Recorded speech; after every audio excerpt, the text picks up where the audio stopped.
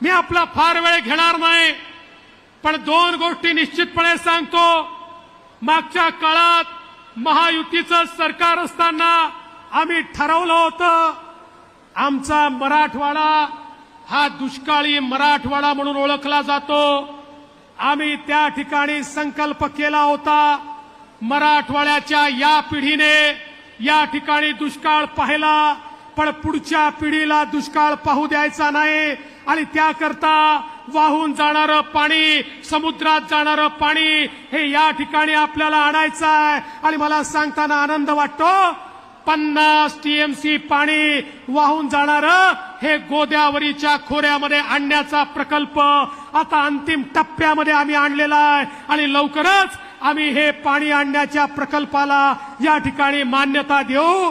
पहिल्या टप्प्यात 50 टीएमसी पाणी या ठिकाणी आम्ही आणू आणि त्यानंतर अजून पाणी आणण्याचं काम आम्ही करू।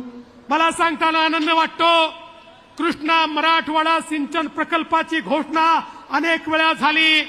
या बीड जिल्ह्यामध्ये जे पाणी येणार होतं, जे मराठवाड्याच्या हिश्श्याचं पाणी होतं, पण ते पाणी कुठेतरी पळवून नेण्यात आलं होतं। महायुतीच्या सरकारने 11,726 कोटी रुपयाच्या प्रकल्पाला मान्यता दिली आणि आता ते पाणी आपल्या आष्टीपर्यंत त्या ठिकाणी पोहोचतंय आणि या बीड जिल्ह्यामध्ये आपल्या हक्काचं पाणी, मराठवाड्याच्या हक्काचं पाणी आपण पोहोचवतोय।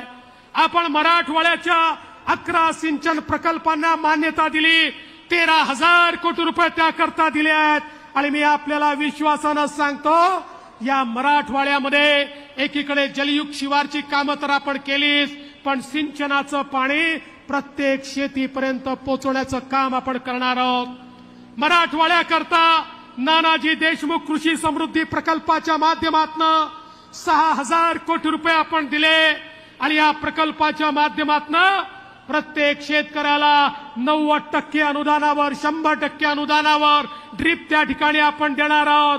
त्या ठिकाणी ट्रॅक्टर असेल, त्या ठिकाणी कृषी अवजारं असतील, त्या ठिकाणी थ्रेशर असेल, प्रत्येक गोष्ट जी आमच्या शेतकऱ्याला आवश्यक आहे ती 100% अनुदानाने या योजनेच्या अंतर्गत आमच्या शेतकऱ्यापर्यंत महायुती सरकारच्या माध्यमातून आमच्या मुख्यमंत्र्यांच्या नेतृत्वात आम्ही पोहोचवतो।